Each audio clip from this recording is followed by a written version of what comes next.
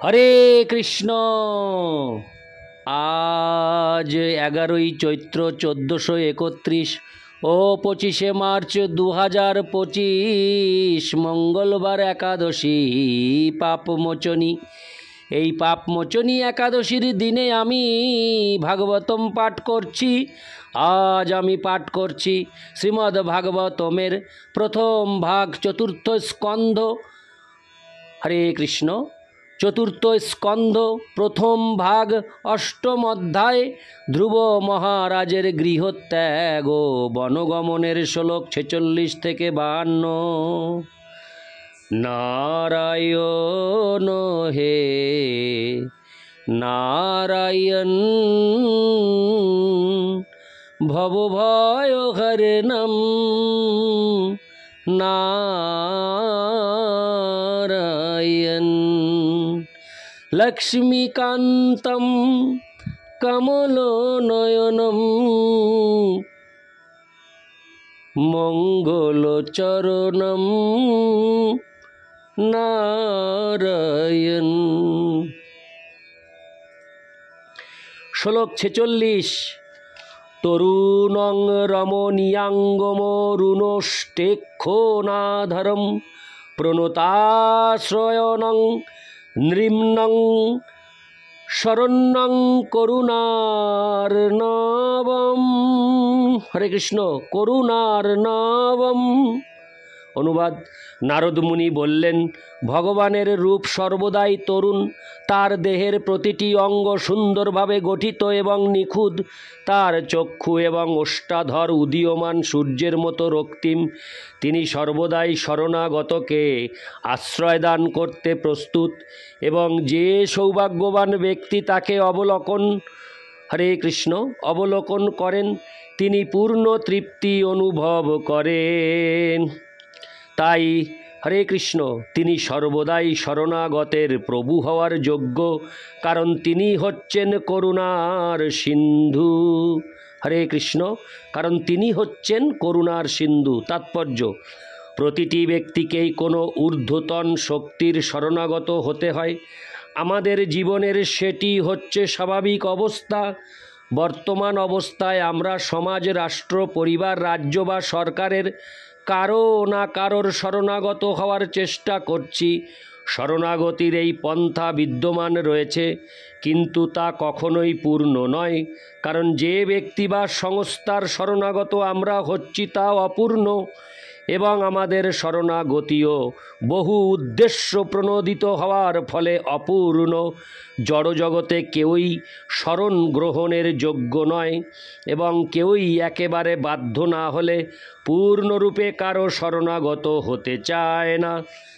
কিন্তু শরণাগতির এই পন্থা হচ্ছে স্বেচ্ছাকৃত এবং ভগবান হচ্ছেন পূর্ণরূপে শরণযোগ্য। জীব যখন ভগবানের সুন্দর তরুণ রূপ দর্শন করে তখন আপনা থেকেই সে তার শরণাগত হয়। হরে কৃষ্ণ। নারদ মুনি যে ভগবানের বর্ণনা এখানে দিয়েছেন তা কল্পনা প্রসূত নয়। পরম্পরা ধারায় ভগবানের রূপ হৃদয়ঙ্গম করা যায়। মায়াবাদীরা বলে যে ভগবানের রূপের কল্পনা করতে হয়, কিন্তু এখানে নারদ মুনি সেই কথা বলেননি। পক্ষান্তরে তিনি প্রামাণিক সূত্র থেকে ভগবানের রূপের এই বর্ণনা দিয়েছেন।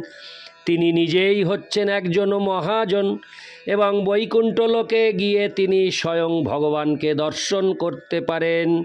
তাই ভগবানের শ্রীঅঙ্গের যে বর্ণনা তিনি দিয়েছেন তা কল্পনা প্রসূত নয়।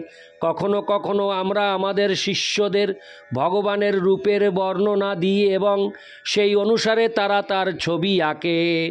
তাদের সেই ছবিগুলি কল্পনা প্রসূত নয়। সেই বর্ণনা গুরু পরম্পরা ধারায় প্রাপ্ত। ঠিক যেমন ভগবানকে দর্শন করে তার দৈহিক রূপের বর্ণনা নারদ মুনি দিয়েছেন, তাই এই বর্ণনা স্বীকার করা উচিত এবং তা যদি আঁকাও হয় তা কোনো কাল্পনিক চিত্র নয়। ইতি শ্লোক 46। শ্লোক 47। শ্রীবৎ শাঙ্কং ঘনশ্যামং পুরুষং বনমালিনম শঙ্খচক্র গদা পদ্মৈরভিব্যক্ত চতুর্ভুজম। অনুবাদ: ভগবান হচ্ছেন শ্রীবৎস বা লক্ষ্মী দেবীর আসন রূপ চিহ্ন সমন্বিত এবং তার অঙ্গ কান্তি ঘন নীল বর্ণ। তিনি পুরুষ, তার গলায় বনফুলের মালা এবং তিনি শঙ্খ চক্র গদা ও পদ্মধারী চতুর্ভুজ রূপে নিত্য প্রকটিত। তাৎপর্য: এই শ্লোকে পুরুষম শব্দটি অত্যন্ত তাৎপর্যপূর্ণ। ভগবান কখনোই স্ত্রী নন, তিনি সর্বদাই পুরুষ।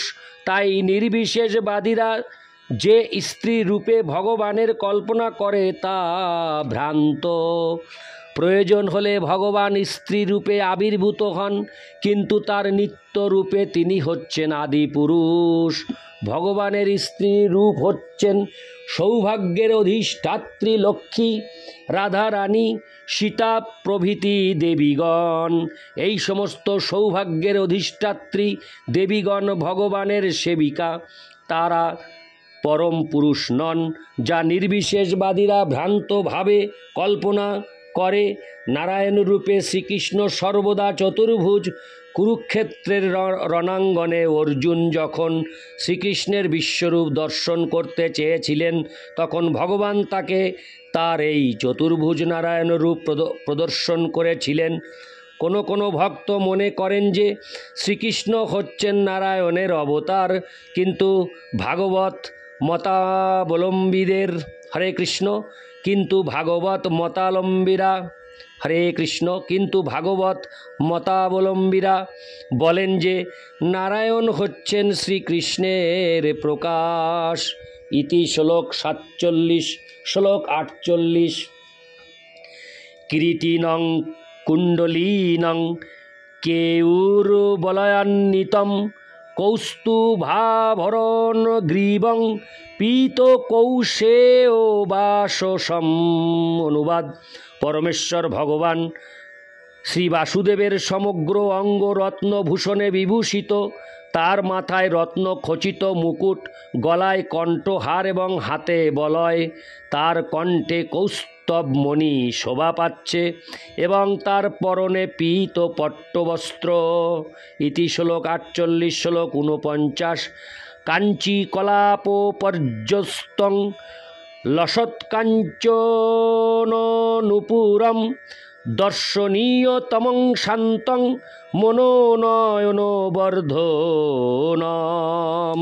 অনুবাদ: তার নিতম্ব দেশ মেখলার দ্বারা পরিবেষ্টিত এবং চরণযুগল স্বর্ণ নূপুরে সুশোভিত। তার দেহের সমস্ত অঙ্গ প্রত্যঙ্গ অত্যন্ত আকর্ষণীয় এবং আনন্দদায়ক। তিনি সর্বদা শান্ত ও স্নিগ্ধ এবং তার রূপ নয়ন ও মনের আনন্দদায়ক। হরে কৃষ্ণ। এবং তার রূপ নয়ন ও মনের আনন্দদায়ক।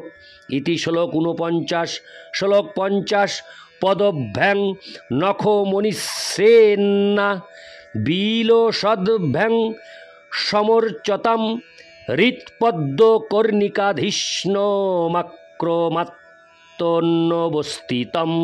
অনুবাদ: প্রকৃত যোগী হৃদয় রূপ পদ্মের কর্ণিকায় অবস্থিত ভগবানের চিন্ময় রূপের ধ্যান করেন, যার পদযুগল মণি সদৃশ পদনখের কিরণে উদ্ভাসিত।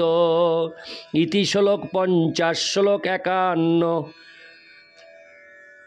স্ময়মানমভিধ্যায়েৎ সানুরাগাবলোকনম নিয়তেনৈকভূতেন মনসা বরদর্শভম। অনুবাদ: ভগবানের মুখমণ্ডল সর্বদাই মধুর হাসিতে উদ্ভাসিত এবং ভক্তের কর্তব্য ভগবানের সেই ভক্তবৎসল রূপ নিরন্তর দর্শন করা। ধ্যানকারীর কর্তব্য সমস্ত বর প্রদানকারী পরমেশ্বর ভগবানকে এইভাবে দর্শন করা। তাৎপর্য এই প্রসঙ্গে নিয়তেন শব্দটি অত্যন্ত তাৎপর্যপূর্ণ, কারণ তা ইঙ্গিত করে যে উপরোক্ত বিধিতে ধ্যান অভ্যাস করা কর্তব্য। পরমেশ্বর ভগবানের ধ্যান করার নতুন কোনো পন্থা উদ্ভাবন না করে প্রামাণিক শাস্ত্র এবং মহাপুরুষদের প্রদর্শিত পন্থা অনুসরণ করাই কর্তব্য।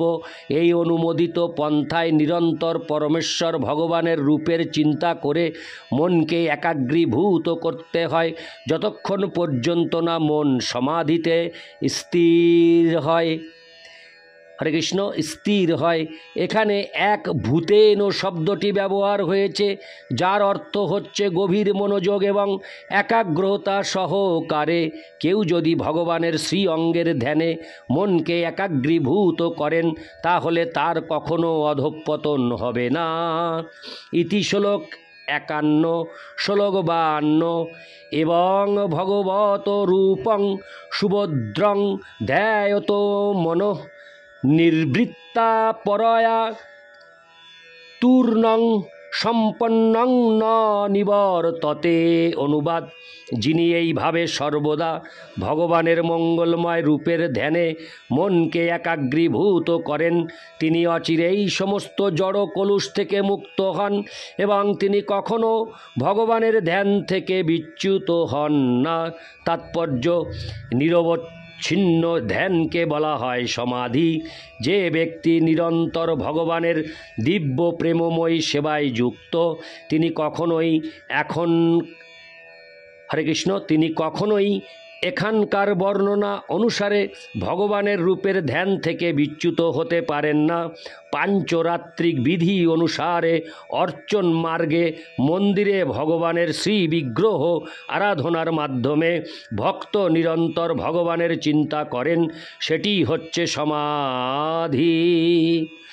যিনি এইভাবে অভ্যাস করেন, তিনি কখনো ভগবানের সেবা থেকে বিচলিত হতে পারেন না এবং তার ফলে তার মানব জীবনের উদ্দেশ্য সফল হয়। ইতি শ্লোক 52।